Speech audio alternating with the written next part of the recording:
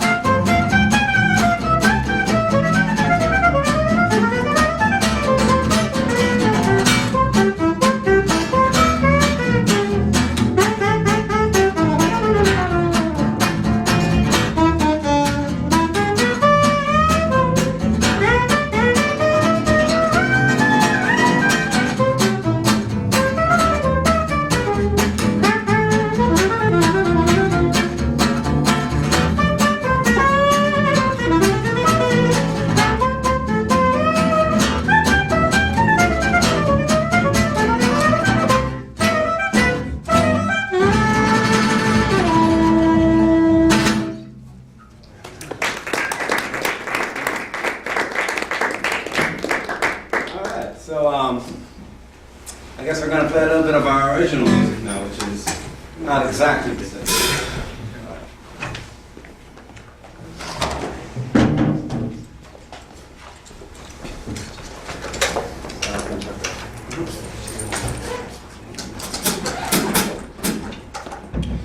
So yeah, and just so you guys know, everything we talk about, we have some business cards here after the clinic. If you just email us, we have it all typed out so you don't have to take notes. All the music stuff. Also, we'd be happy to share our booking list with you guys.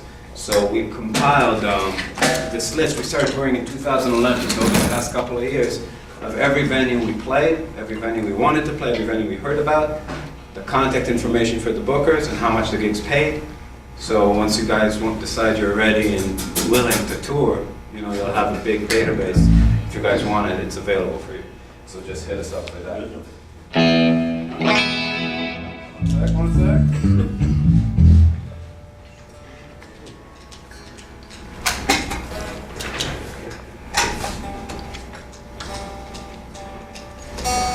Some strange stuff.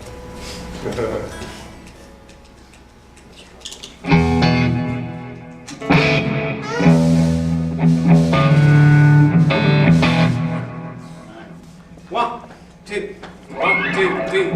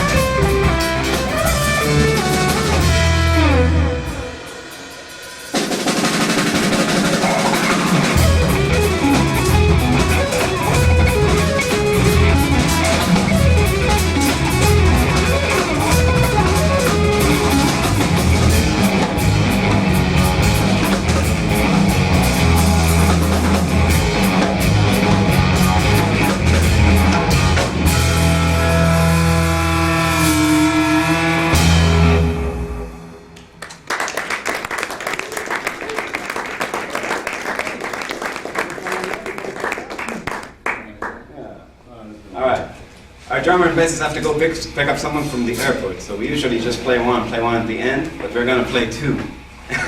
And then start talking about what we're doing. So, all right.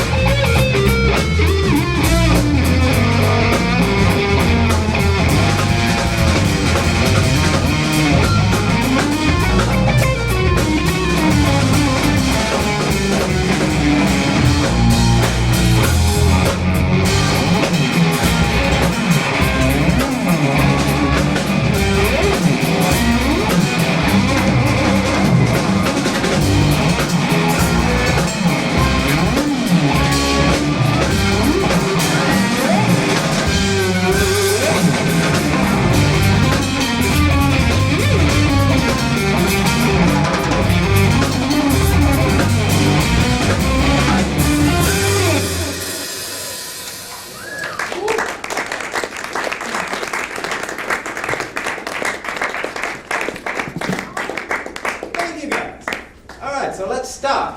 Does anybody, before we start, does anybody have any questions about anything? This is how it's going to go. Talk about something. As soon as you have a question come to your mind, raise your hand and we'll talk about it. So, okay, we're good.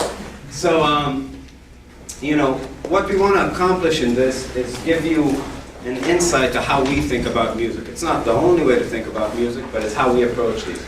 And we are systematic people, so we have systems, you know, for rhythm, for phrasing, for harmony, for whatever. So the first place and the most logical place to start is rhythm. Now, is this stuff familiar to anybody here? Is that conical? Yes.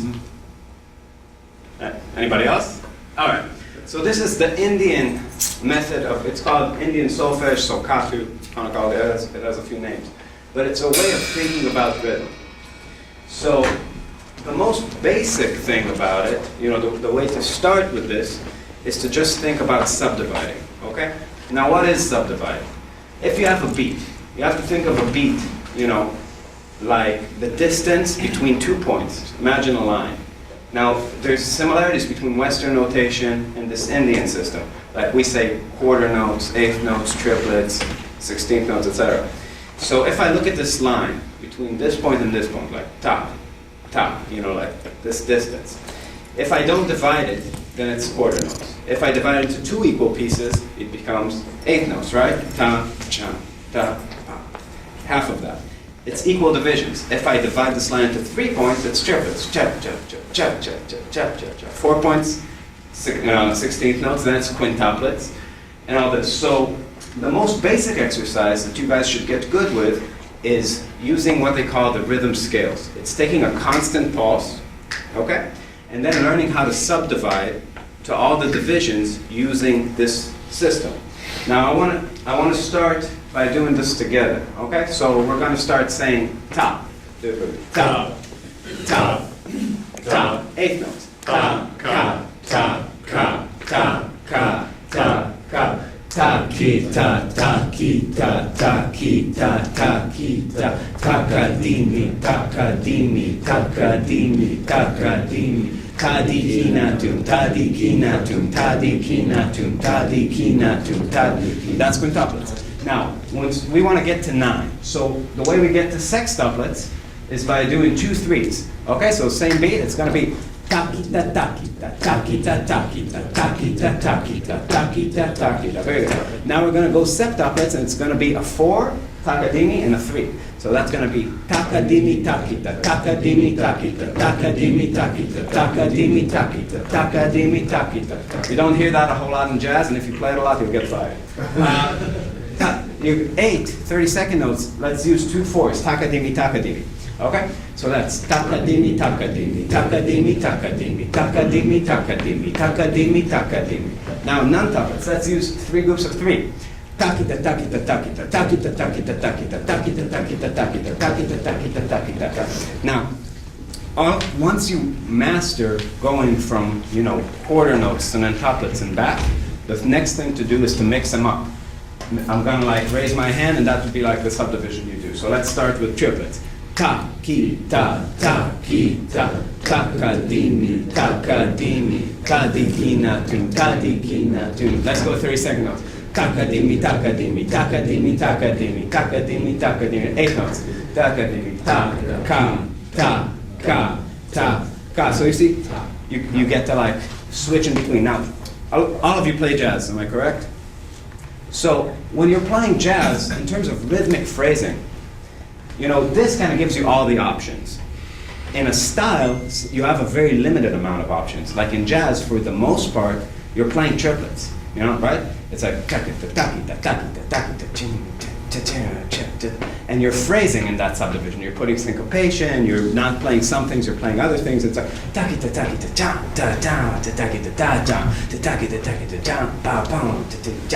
but that's kind of staying in one subdivision. Again, if you play a bunch of quintuplets, you're probably going to lose things. People don't like that. It sounds bad, you know. But a lot of these things, if you use them very sparsely, create rhythmic tension. Now, the subject of rhythmic tension and rhythmic release is interesting because we keep learning about harmony in this way, you know? Like a melodic choice or harmonic choice that makes something have this kind of, you know, anxious feeling, like it, you know, tense, and then how to resolve it. With rhythm, it's the same thing, but what you have to do is think about the groove you're playing on. If you're playing on a triplet thing, and you're phrasing triplets, that's a consonant rhythm against the triplets, right? But if he's playing like a swing beat, and I start doing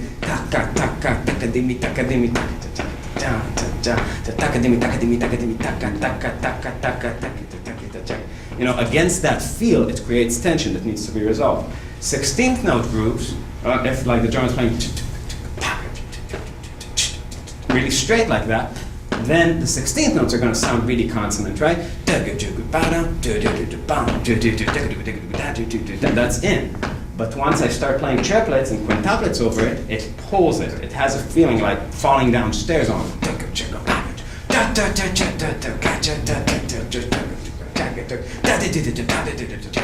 Now there's a way to use it.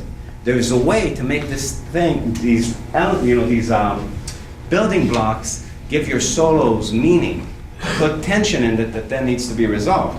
But you have to recognize what you're playing on, and then understand that if you're playing kind of in unison with how the drummer is subdividing, then you're creating consonance. If you're playing something that's against it, you're creating dissonance.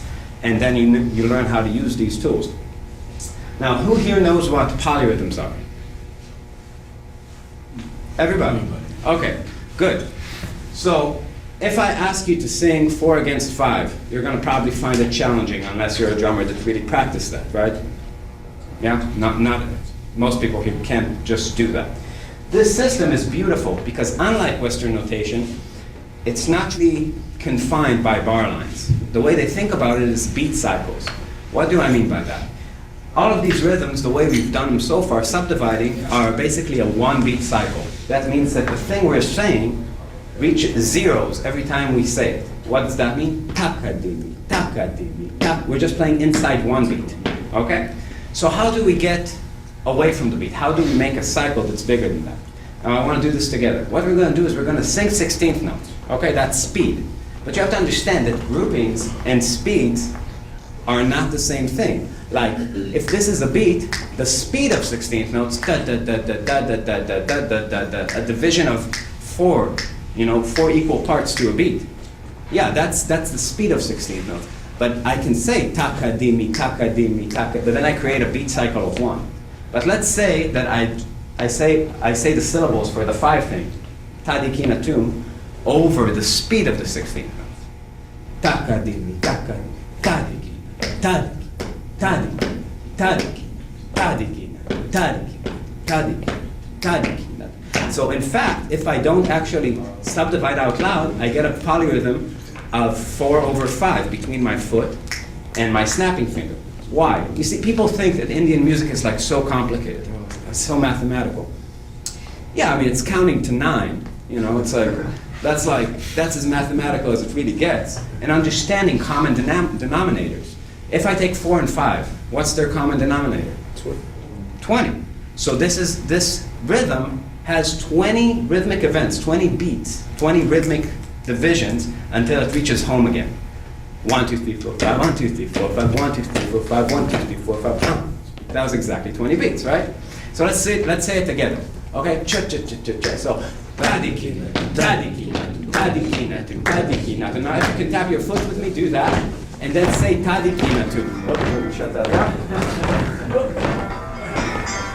So, tap your foot right here, okay? Now we're going to say tadikina too, but every time we say ta, we're going to clap. Okay? Tadikina, tadikina, tadikina, tadikina, tadikina, tadikina. Now between your foot and your clapping, you just played 4/5. Now let's do a different division. Let's take the speed of 6-tuplets. Say it with me. But now let's say the grouping of 5.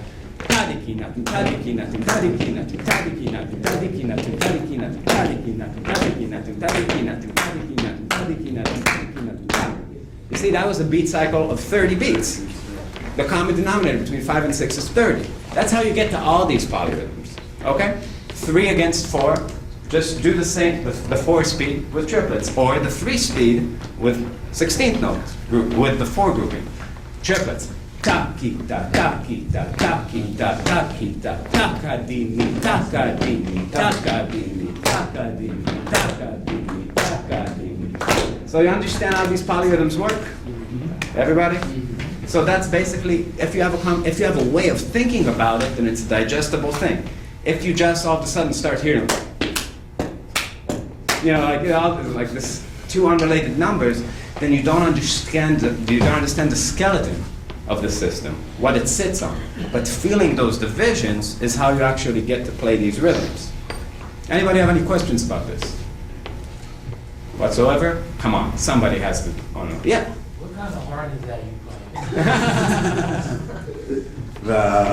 It's soprano. Yeah, it's scale soprano. Curve soprano. All right, so all this information is going to be. One question. Yeah, sure. Yeah, to practice this and like make sure you're not like, cheating that you're on the beat when you're trying to internalize it. Would you recommend like writing it out to see where the hits are or effective ways? If you can't hold something in your mind, it's good to write it out, but you should hold it in your mind. Really understand what you're going for, and be like, okay, all I'm doing is like doing the 16th note speed, and then go through all the numbers.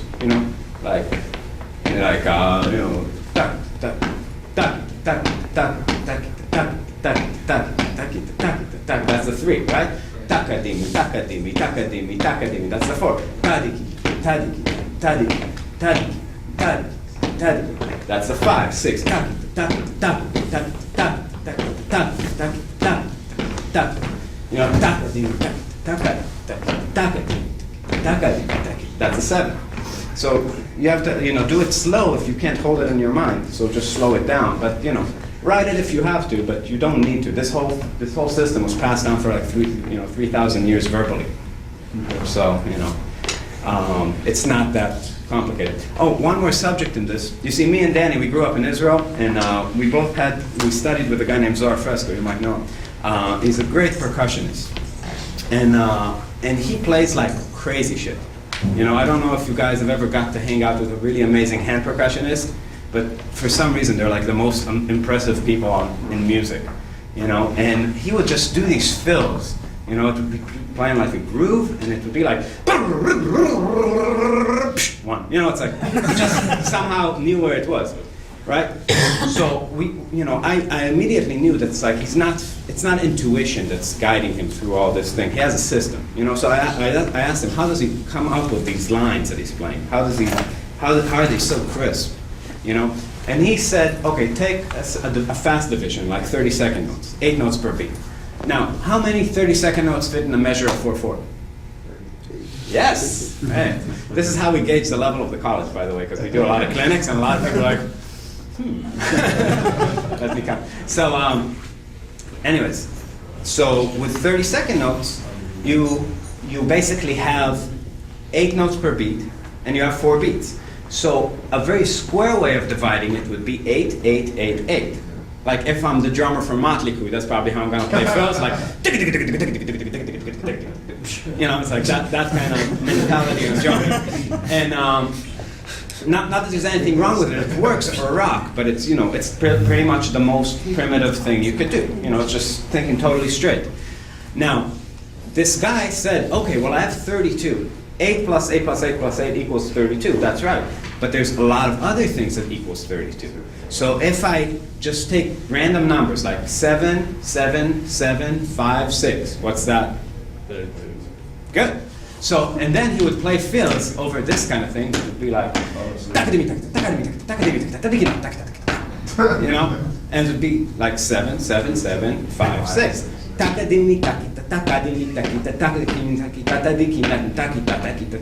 That's, I just loaded down to 16th notes, right? So, but it's, it's like so crisp. Now, it always equals 32 if you just stick with those numbers and then you can shift them around. Like 7, 7, 7, 5, 6 is 32, but 7, 6, 7, 7, 5 is also 32. So you can actually, if you want to play some crazy shit in your solos, you can, and you want to like have this kind of feeling to your thing where something goes rhythmically super out for 2 beats, but then resolves perfectly. To me that's the best. When I hear, when I hear percussion, when I even hear guitar, like, the people that I like the best, really have this kind of thing in their playing. That kind of happens often. They'll play really odd groupings in a very, very communicative subdivision over the beat. You know, like on a straight groove, you know, that's kind of like the most, to me, that's the crazy subdivision. You always have to recognize, like, if you want to be the crazy soloist, what the crazy subdivision is, what the subdivision is, because there's always like the subdivision that's kind of like speaking, like on a straight groove, it'll be like it's like cool, and if you phrase well, it's going to be beautiful, but you're not going to knock anybody's head off with that, you know. But in every tempo, there's always that crazy subdivision. You know, and in this tempo, it's and if you want to get real crazy, it's like you know.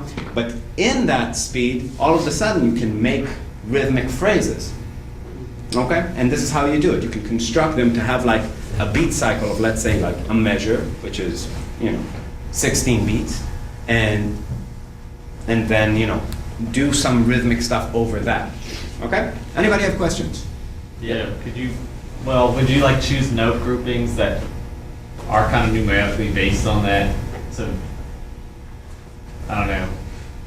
I can see, like, as when you're getting used to doing it verbally, I can see it being easier for me to choose 5 note groupings or something. Yeah, absolutely, absolutely. You know, it's like It will make it go out more. once you can sing it, the next logical thing is playing it. You know, it's like it happens. You want to, if you practice this for like a few hours and you can say it in time, then all of a sudden when you pick up an instrument, you're going to start thinking that way.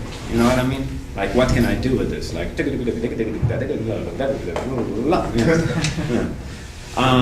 any questions? Yes. So, is that how you guys like approach writing hits and like jabs and stuff? And This is how we think. Okay, I want to make a quick distinction between practicing and playing and about the systems in general. There's a difference between information and knowledge, okay? This is a really, really great way of organizing information, this system. You go to school to get information, not knowledge. But you need people to organize your information for you because there's so much information. Practicing is like chewing.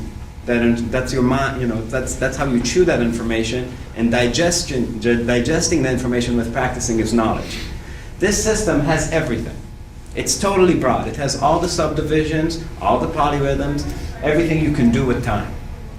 But what you need to do is find the rhythms that sound good to you. Find the thing inside this that you want to play, and then work it out. And then it will become knowledge. It will become something in your playing. So if you use this system, it's not like you're going to play like me, But you do need a good system to organize information to where you don't think that the possibilities are infinite, because they're not. There's a shitload of them. But if you think that they're infinite, you're not going to practice new stuff because you feel like you'll never get it. With this, you can actually, have some sort of finite number of things that, you could work on. It's still a lot, but you should work out the things that you want to work out. You're gonna say. Are you hearing these syllables in your head when you're improvising, or are you hearing? No, when we're improvising, we're just playing. When you're I guarantee you that if you spend 2 months practicing groups of 7 over 30-second notes, you're gonna play a lot of groups of 7. And we're gonna start in your solos, because it's like your hands, your mind you've spent so much time with something that it becomes a part of you.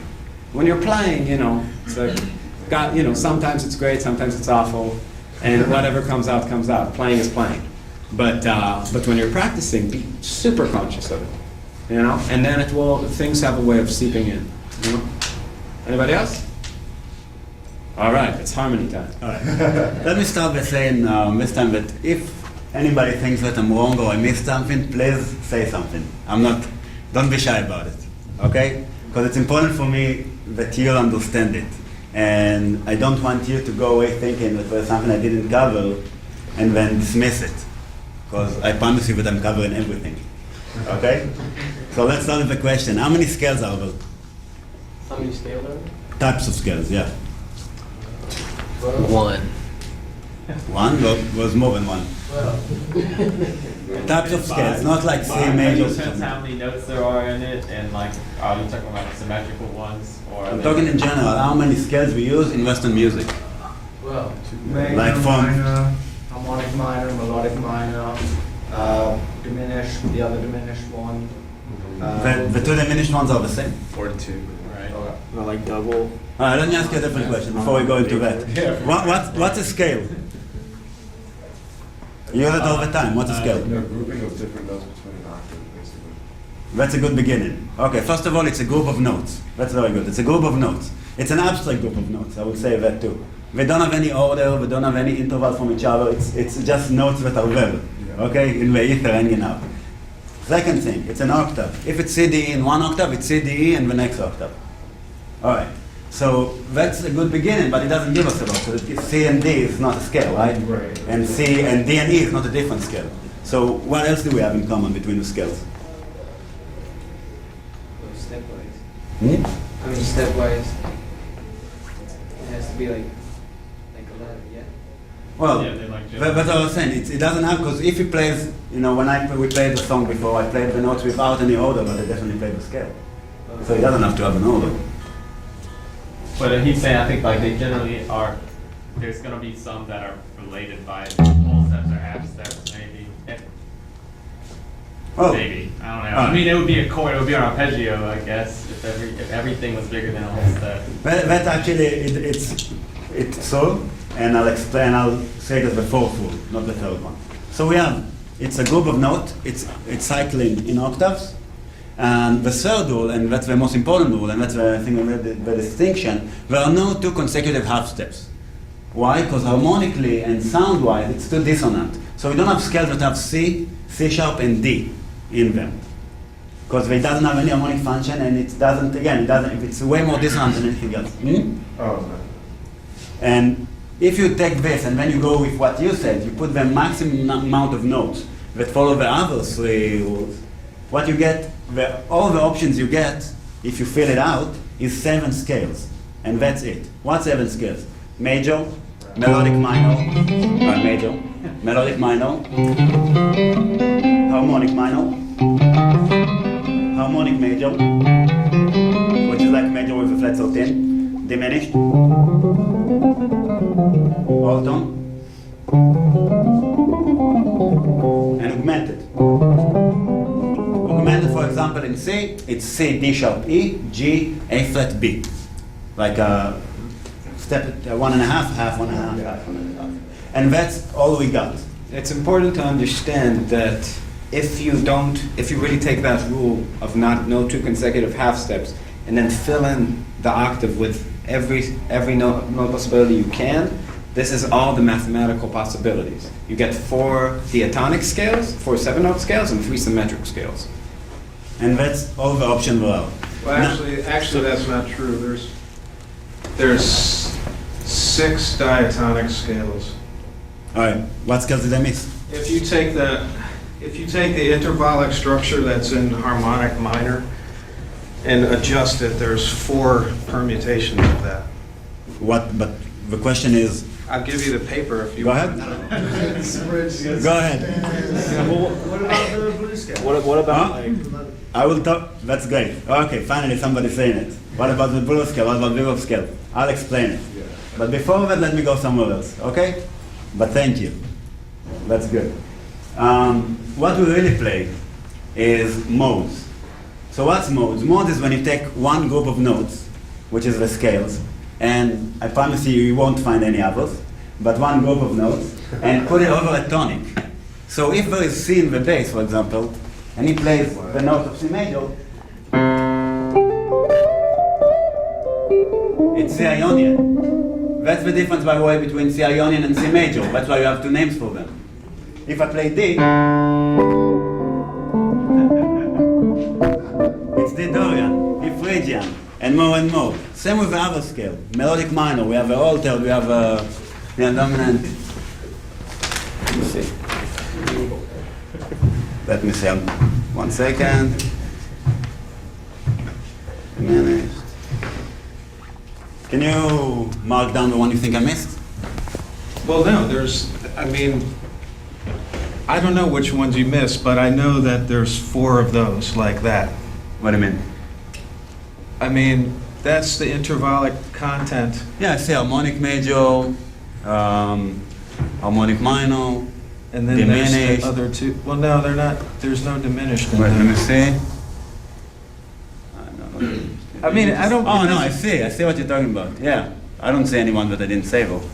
I see different modes. If you take harmonic minor, you have different modes. You play with a group of notes, put a different note in the bass. If you take the intervallic structure of harmonic minor, right? Yeah. Which is 2 minor seconds and a minor third and 3 major seconds. Well, again, we're talking about group If of you notes. take- You can if you play take in that, every. if you take that and you rearrange it, you get those 4 sets of scales. What do you mean rearrange it? If you rearrange it, you access things that are already included in, as some of the modes Of other scales. harmonic No, majors. yeah. So Actually, basically- that's not true. Are you saying they're in different orders is the problem? They're Trust not me, just I thought starting about this. Yeah. It's not true what you're saying.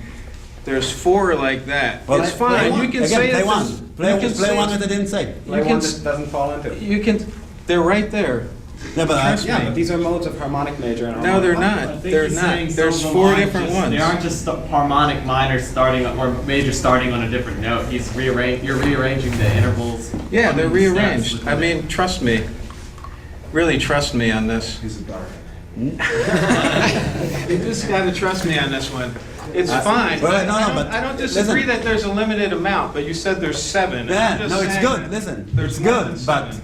it's good. But if you said there are more, but I want to see which one I missed. Just, you can take that and look at it at some other point in But time. they want to know it too, right? Don't you want to know if I missed Maybe, one? but how would you do it? You would take like a C harmonic major and you would probably move that minor third somewhere else in the scale, right? Something like that. Like I mean, this came about because exactly the thought process that you had.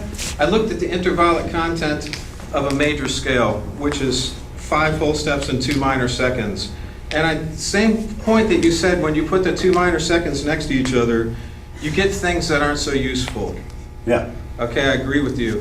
I looked at that, and they can only be arranged in 3 ways, in 3 sets. One set's the major scales, one set is the melodic minor scales, and one set is a whole tone scale with a half step in the middle. So we throw that out. So that's the 2 that you spoke of, right? That's 2 of the 7 that you spoke of. Do you What, agree? melodic minor and the major? Yeah, that's true. Okay. So I took the intervallic content of harmonic minor, All right. which is 3 whole steps, a minor third, and 3 half steps, and I arranged those into each unique set. And there's 4 of them. That's what I'm telling you. Well, but I'm telling you that there is no way you found a group of notes that I didn't say. And if you did, I want to see it. oh, whatever. Let's Okay, it's fine. And they want to know too. It's fine, man. Trust me. All right. I guess we're gonna have to agree to disagree. But if later you find one that I didn't name, then I want to see it because I haven't seen it today. Yeah, but then let's talk about the blues scale. And All right. the things like that. I'll go back to that after it talks about business. I'm gonna look it up and tell you exactly what's going on. But let's talk about blues and chromatic scales. There are ways to do melodically, to take something that's harsh harmonically, and melodically makes it less harsh. What I mean if you play a blues, you won't play a voicing that has C, E flat, E, F, F sharp, G, and B flat in it. That's not a blues chord, right? But if you play it, and he plays C blues, it definitely works, right? Same thing with the bebop scales. Okay. You won't play this, but if I play C7, alright. But if you play C7,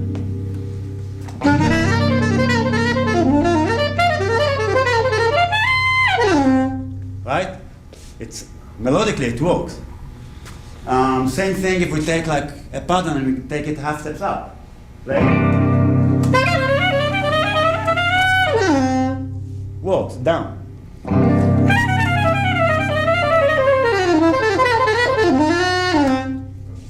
It sounds fine, right? Half steps. Enclosures. Let's do D minor.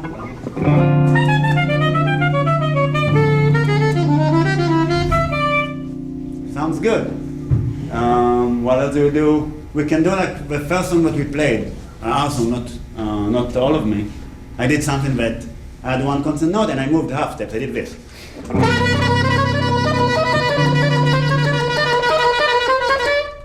Still works, right? Let's see, upper structure, if you heard about it, like triad pills.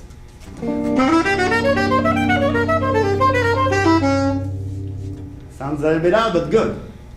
So there are a lot of ways to melodically make something work, but harmonically you won't use it that way. So the scales is like the base of what you use, and then you have a lot of system to go a little bit outward, to venture and make it sound a little bit more interesting.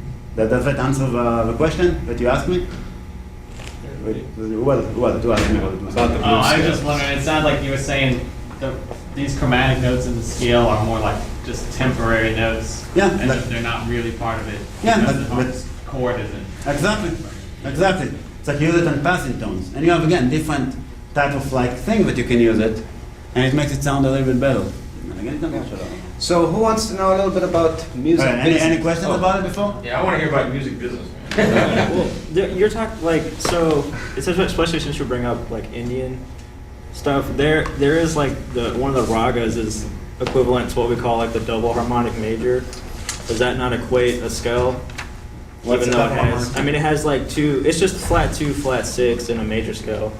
And it equates like the whole consecutive half steps, but how does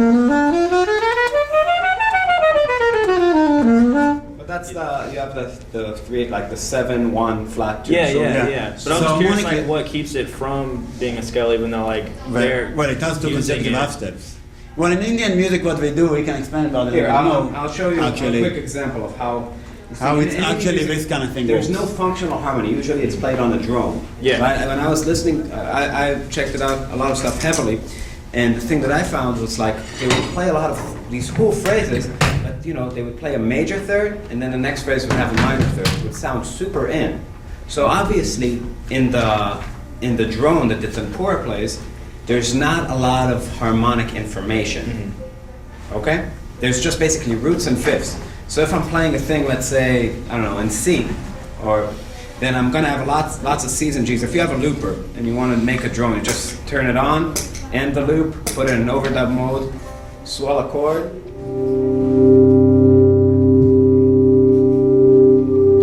Namaste, everybody. But, so you can do this kind of thing. And then all this modal stuff that we were talking about, instead of thinking about it in a consecutive of moving harmony things, you can actually change it over one thing. It's going to sound super consonant, super in. What do I mean by that? Like, let's say I'm playing a Mixolydian kind of thing.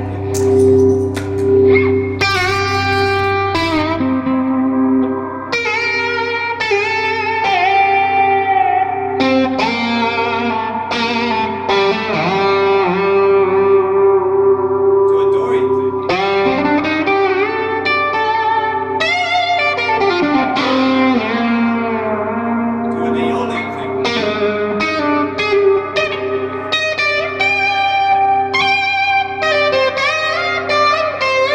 To a major. To the scale you were talking about.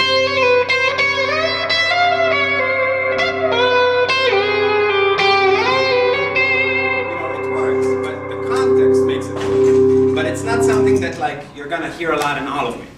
Yeah. You know? So that's that. Any other questions before we start talking about touring and how you can make a living doing this? Okay, so this subject is important. Like I said at the beginning, I'll say it again. We have a huge booking list we compiled with what gigs pay, where we played, all this stuff. Grab a card at the end of the clinic, email us, we'll email it right to you. Okay? So if you guys want to do this for a living, we've been doing this for years, and there's a way to make money in it. You know, this isn't a given. When we started in 2011, I was actually pretty sure that there is a way. You know, because it looked really hard. We traveled all the time, nobody knew us, and it was kind of a frightening world. Then in 2012, we got the opportunity to open for Alan Holdsworth's band for a month. And since we're on the same label, the head of the label put me personally in charge of taking the money, their money at the end of the gig, putting it in Excel, and then depositing it. And it blew my mind. There was a shitload of money in it. And I never really did the math, you know, but we were playing theaters every night. So it was about 200 to 500 people a night, okay? Lots of. And then tickets were an average of $50, okay? There was about 300 people, you know, kind of every night. And if you times that number by that number, then you get $15,000 a night, okay? This is what Alan Holdsworth's band would make. So Alan's band got paid, his bassist and drummer got paid $1,000 each. That puts us down at $13,000. The venue, you know, took about $2,000, $11,000. The manager also, one person booked the tour, road managed, did all the stuff. He got about $2,000. So Alan was putting $9,000 in the bank every day for 30 days straight. All right? This is for the outest fusion you've ever heard in your life. You know, it's like, and it's a shitload of money. And I was like, oh my God, all you have to do is make your job draw people. Have people want to come see you and pay tickets. Now, I don't want to, I mean, I wouldn't mind being Warren Buffett, but I'm okay with being Alan Holdsworth. You know what I mean? It's like $9,000 a day is more than enough for me. If you want much more money than that, then maybe jazz is not the right decision for you. But if you do want to make a lot of money and you feel like you want to really give it a try, what you need to do is make music that people want to hear and are willing to pay for. You know, they need to come and see you play and be happy about that. So the way we first got started is by doing weekends, which is what I suggest that you all do. Okay? Start looking what's 5 hours away from New Orleans. Book one show that's 2 hours away on a Friday. Book another show that's another 3 hours away or 4 hours away on a Saturday. Then book one that's 2 hours on the way back on a Sunday. Start like that. Start touring. Now, you have to understand that there are two types of shows, okay? There's the show where you're entertaining, okay? Those shows, basically, what that means conceptually, you walk into a bar or a restaurant. There's people in there for some reason, drinking, eating, doing whatever. You're hired to play for them and make them have a good time and hopefully stay as long as you can make them stay, and then they're going to drink and eat, and those gigs usually pay a guarantee. Now, a typical guarantee for a gig like that, weekend, $300 when you're starting, $500 if you're lucky. Doesn't really go much beyond that. Now, in jazz, a lot of people have these stories about like, oh, this guy wouldn't pay me, but I got money out of him. You know, it's like, I yelled at him till he paid me. Well, those people might have paid you once, but they'll never call you back. You know, because believe it or not, this field isn't about extorting money from restaurant owners. You know, you need to get the money from the people who come to see you, not from the people who sell booze and pay for the electricity and pay for the beer and do this. So a lot of time, if you look around you and there's two people eating dinner and you're supposed to get paid $400, maybe it's a good idea to tell the guy, hey man, I'm sorry it was such a slow night, maybe pay me a little bit less, but let's do this more often and build together. You know, there's no such thing as a win-lose. That becomes a lose-lose immediately. You need to make your career made out of win-wins. You're working with these people, partnering up with the people that own the bar, own the restaurant, own the venue. Now, with the guarantee type of stuff, it's a kind of a cozy situation for everybody. Why? Because he knows that there's going to be some people on the weekend. He's okay paying you this sum of money, which is usually probably 20% of what the bar made. You know, which is livable, you can do it. And then you go home and you're happy. Now, the other type of gig is where you have an empty room, and your job is to fill it up with people who come to see you, okay?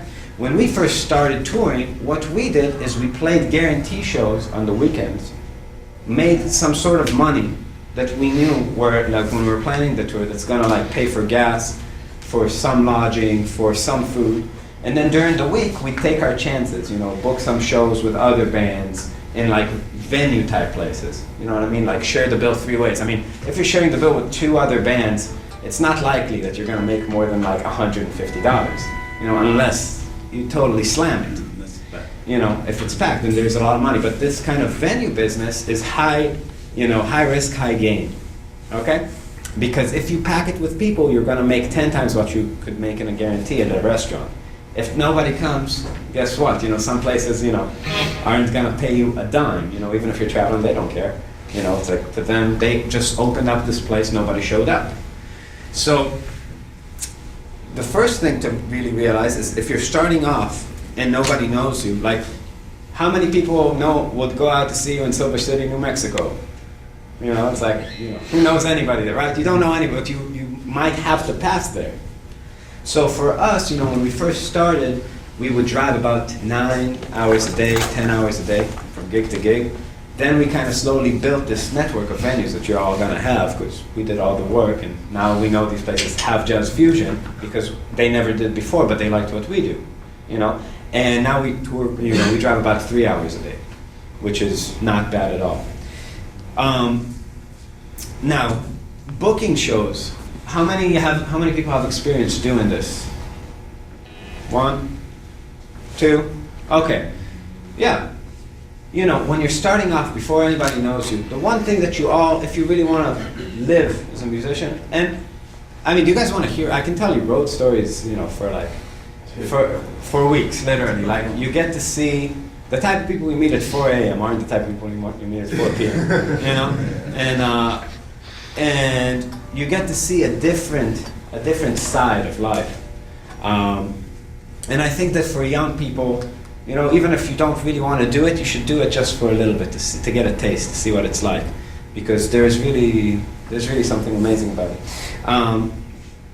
But when you're booking a show at the beginning, the first thing you really need to have is a recording, but not like a demo to where it's like in a rehearsal room. Like, make a record, like make a good record to represent what you do, because it's not only about getting the gigs, it's also about selling it to the people. And the whole thing gets much more meaning, you know, when you can, you know, when you're doing it to give it to people. You know what I mean? Where it's like the music, it's about like getting your music known. Now, the metaphor I always give for what touring is, it's like you're selling a shampoo, you're competing with Head and Shoulders, which is Britney Spears, but your bottle is plain white and doesn't have any writing on it, and you're going door to door and knocking, and they open and they're like, yes, and you kick the door in, you put it on their head and wash their head, and then you're like, good, right? And then they look back to you, it's like, oh yeah. But this is the business model, you know, it's ridiculous, but somehow it works. And never underestimate word of mouth. If somebody saw you play and had an emotional experience, they take it for life. You know, they'll never forget it. You know, so it's, and Louis Armstrong and people like that got famous way before the internet. You know, it's like literally some guy saw him play a gig here, went back to Belgium, was like, dude, I saw the sickest trumpet player. He's like, oh yeah? Well, I can't burn the record because, you know, but next time I'm in New York, I'll pick up. And he actually got world famous this way. You know, it's like people just talk, and people still talk all the time.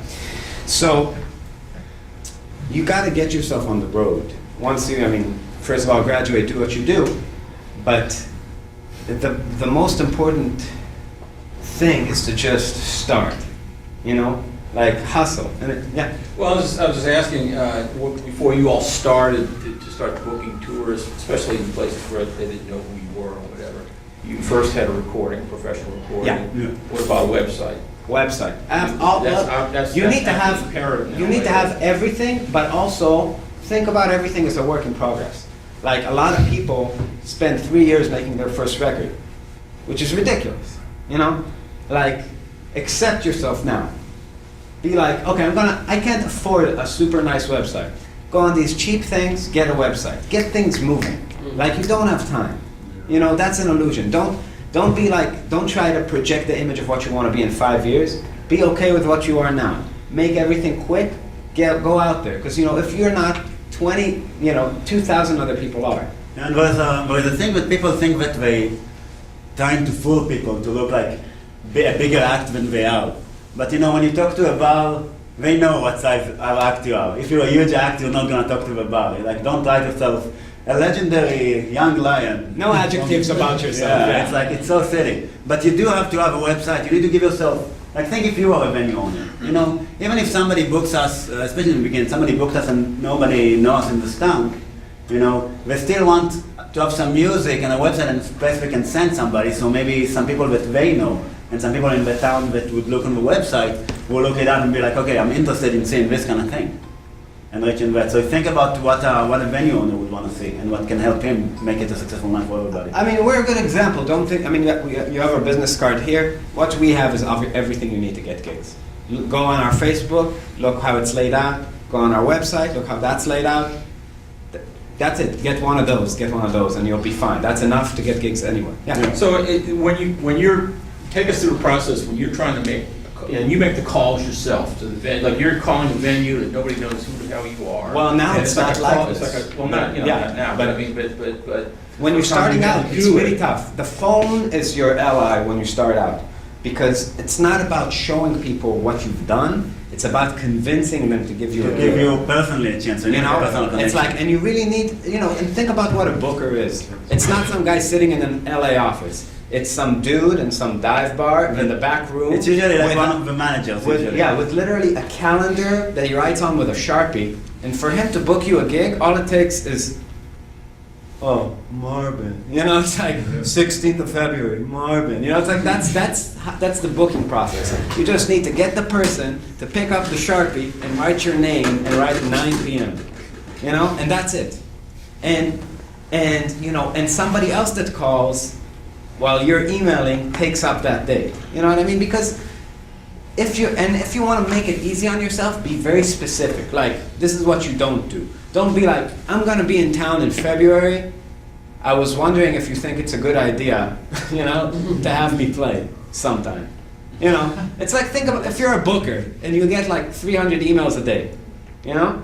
You don't want You see stuff this, okay it's like, and I don't making, want to you know. think. Like, there's like literally 30 bands asking me for February 21st at 10:52.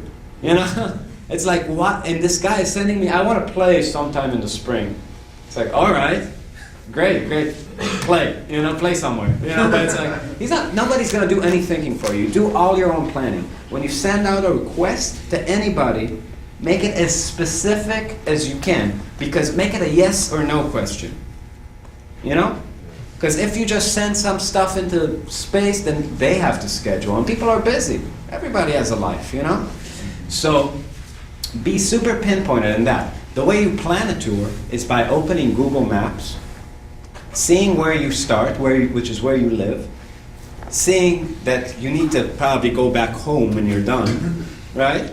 And then you make some sort of like circle. Yeah. For you, maybe around get it. it It a could little be a bit big less than circle, that, yeah. a small, you know, a big circle, a small circle, diagonal, this, but all you're doing every time is this, or that, or this, you know, but you have to go and you have to come back, and you have to, and then you break it up into days, you know. Also be really mindful that like most of the money comes from weekends, so you know, book a few weekends and come back after Yeah, the weekend, start with the weekend and end with the weekend, yeah. you know. So your weekends are sort of your anchor dates. Yeah, oh, absolutely. There used to be more in the beginning, but still it's like still the strongest place, you know. Well, now we've been doing this a long time now, and I mean, I guess not that long compared to some people, but we're doing it with high intensity. So a lot of markets we already hit 9, 10 times, you know, over the past couple of years, and in some of these places, the other thing jazz lives in major cities. Okay, anybody knows who Wayne Krantz is? Yeah. Okay, so we opened up for Wayne in Chicago, and we were talking to him, talking to him about touring. It's like, oh yeah, I've never been to New Mexico or Oklahoma or anywhere, like anywhere that's not like a major northern city, basically. It's like, yeah, never, I couldn't get interest, you know. It's like, and it's bullshit. He just gave up on it. For us, you know, it was from the beginning. We looked around, we saw that people are the same everywhere. You know, there's no difference between the crowd in Alabama is no dumber than the crowd in New York, at all. You know, there's brilliant people and there's dumb people in both places. And in America, especially this generation with the internet and everything, everybody is the same. You know, for better or worse. And you can tour everywhere. And there's people that actually in the South, people are more starved for this kind of music because there's much less touring acts. So, you know, for us, we were able to hit these small towns, small markets, and really build something. And like in Dubuque, Iowa, whenever we come, we always sell it out now, you know, because we've just done it for so long. The word gets around. The first time you do it, 5 people are there, you know, like you're shampooing the person, like, you know, this. But then, you know, it's after those 5 people, next time maybe it becomes 8 people. And from there it becomes 16. And from there it becomes 50. And then at that point you're already making money. And then it becomes 100 and you're making more money, and then it becomes 200 and you're actually making a lot of money. You make more than, like, you know, a bad doctor made that day. But it's How far in advance do you start booking your tours? that depends on the season. Summer gets booked quicker than the winter. So if you want to book summer, it's about 4 months out. Also, when you start, you need to book way more in advance. The reason is that entertainment gigs in bars get booked really quickly. Like a lot of bands, most bands don't have any following, okay? Most bands, nobody knows them anywhere.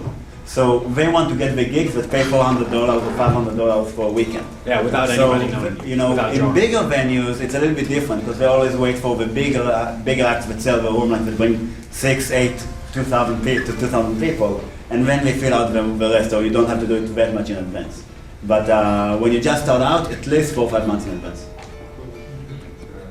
Yeah. Like, y'all are obviously like the only way it wouldn't have, you know, worked this successful between now and 2011 is like y'all had to be like a team. Like there's no one picking up anyone's slack. Like No, it's just me and this guy. The other two joined us in August. Oh. And actually, our previous rhythm section was doing the opposite. They were like slowing us down, and like getting us thrown in jail.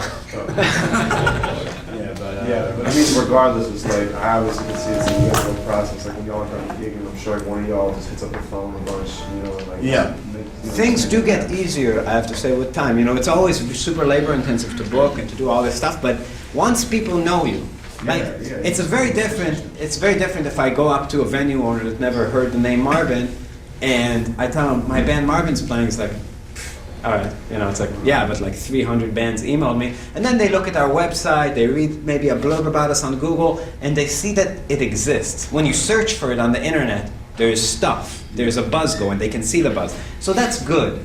But what happens to us most of the time now is that we've already hit up that market, we've played there, and somebody already told them about the band. So it's like, oh yeah, my buddy was at your show. Or like, you know, venue owners of the same size talk to each other. Yeah. Like if you have like 200 capacity room, then you know everybody, a lot of people are on the stage of the same kind of room. So we got people like, just a guy from Athens told me, like, even though we really never been there, it's like, they contacted me and wanted us to come and do it, and one from San Francisco, and this booker from Florida had booked us a few shows. So it's like, we started with third from us from a guy from Virginia, so Word we of started mouth. to talk about each other. Yeah. People talk. Because it's like, what Everybody band talks. should they book? What band should they book, you know?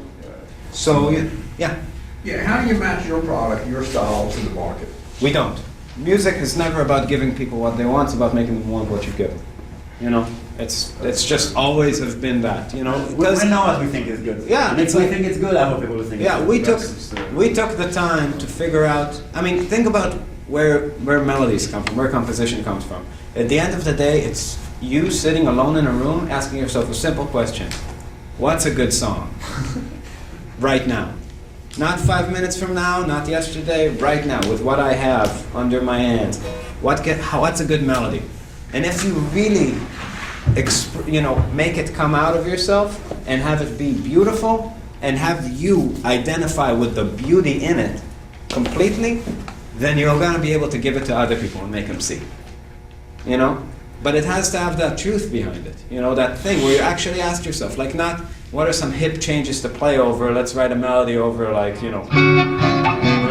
it's a bunch of stuff.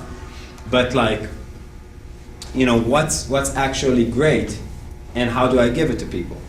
You know, I don't think we really, you heard our music. We're not like sitting in a room like, oh, like what's beautiful, We're more like, what's awesome. What's awesome.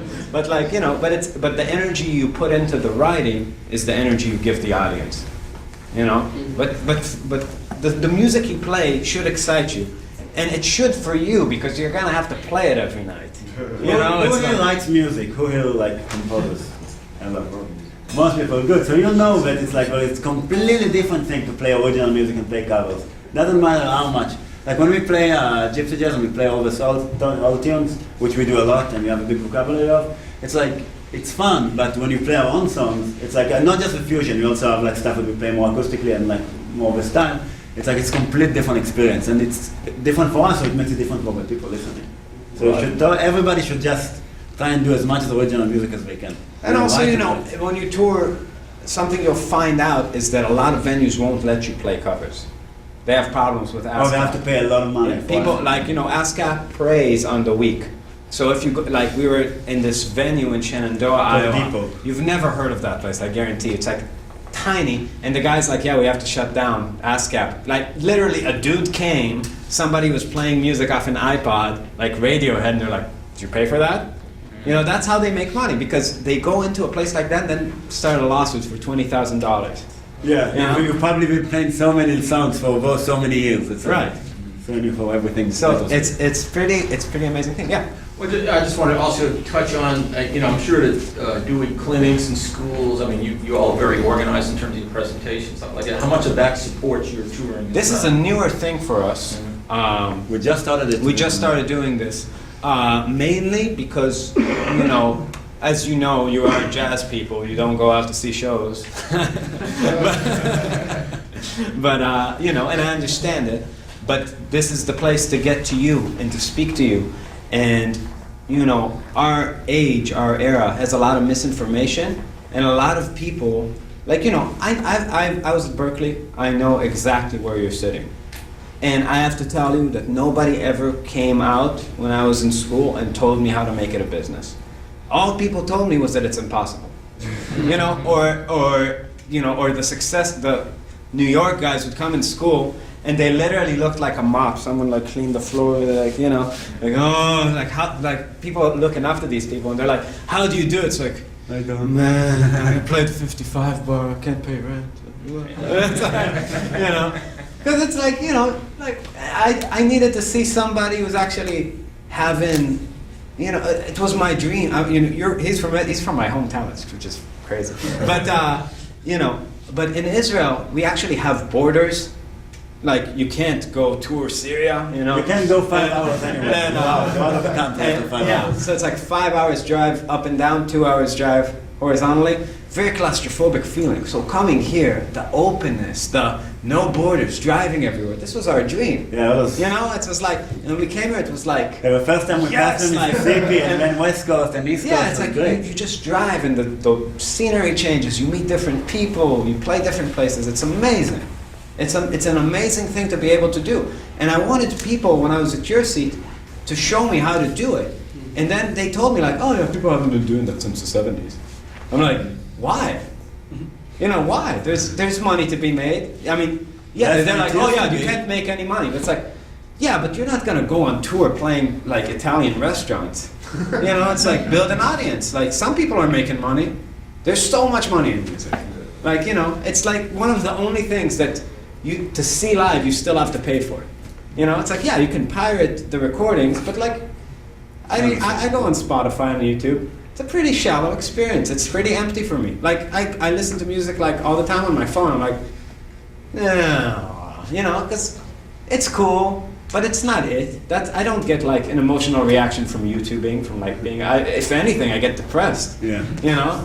It's like, because it sucks. It sucks, and music, seeing great music is awesome. And people know it. Yeah. Does this take over the rest of your life? Like, if you're touring all the time, how do you... I'm married. He is too. Yeah, find cool ladies to marry, or cool guys to marry. But again, it's take over your life. You have a different life, much better life. You ask me. Our life, sometimes one of us comes us on the road, and we're amazed about how much shit happens every day. George Harrison said it. One week of touring is what people experience in 1 year. It's condensed. I'll tell you, this question is just not how I see reality, because this isn't like this is what I do and the rest of it's my life. Yeah. Music has always been my life. And it's a great life. I used to practice from the point the sun went up till it went down. And I loved doing it, but then after a while, that thing wasn't enough for me anymore. Because I got skills together and I was prepared to do something else with it. And then, when we started doing this, I realized that, the circumstances might get better. The money might get better. The pillow and the blanket might get better. But this is the work. This is the life. This is, if you wanted to be a player, and especially a composer player, a player that plays original music, this is what you do. You go around and you give your music to people. That's the job.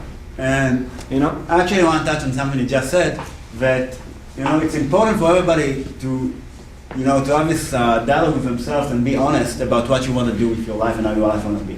Because if you want to play theaters, and play Broadway shows, then you know what? You better learn to play 10 instruments and do it, do it well. If you wanna play weddings, you better start a wedding band and learn all the songs, that people like to do in weddings. If you wanna play jazz, you better know all the standards, because believe me, nobody rehearses for jazz shows.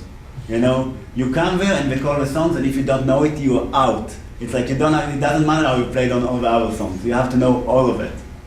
Okay? If you want to be touring with your original music and playing for people like we do, then you need to go for it, and do what you need to do to write music. Get a band, start booking shows and do it. But you can't do everything in life. Like, I can't be here on the road and playing weddings in Chicago for money. It just doesn't work like that. You miss one call, And you're you out, don't then play you're calling again. the next guy, And if he does an okay job, he got the gig.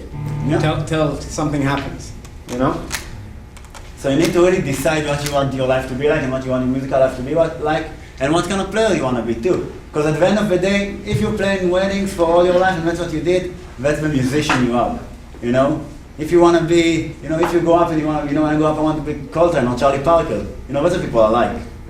And if I want to be that, I have to do what they did, which is play my music all the time. And that's what I try to do, and what we all try to do. So it depends on what what your goals are at and what you feel better with. Anybody have any questions? I don't think so. I think we can start wrapping up. Can you One just, more. oh, okay. This is about the Indian music. Is there any reason why it wasn't notated or written down versus being? They didn't have a system for writing it. They didn't have a system. All they had was a general melodic system and a general rhythmic system, and everything was passed on, just like storytelling. So Tell us where you're going to be playing. Oh yeah, we're playing Blue Nile tonight. Tomorrow we're going to be playing at the Harlem Wolf at the Den, and then Sunday at Sweet Lorraine Jazz Club. And we have some CDs here for sale. We take credit cards. Pick up a card. Email us. We really want you to have this list. We want this kind of music to be more present, and I know that you guys are the ones that are going to end up doing it. Also, I think Danny is very excited about disproving this thing and showing you that this It's too bad that he left, but one was harmonic major, one was harmonic minor, and those two was the two that I didn't mention. And if you had a note, it's at the mini scale. So just saying that. So if you guys wanna, the system works. I might not be a doctor, but the system works. If you guys want me to email it to you, we'll do it. All right. So everybody, it was really a pleasure to talk to you guys.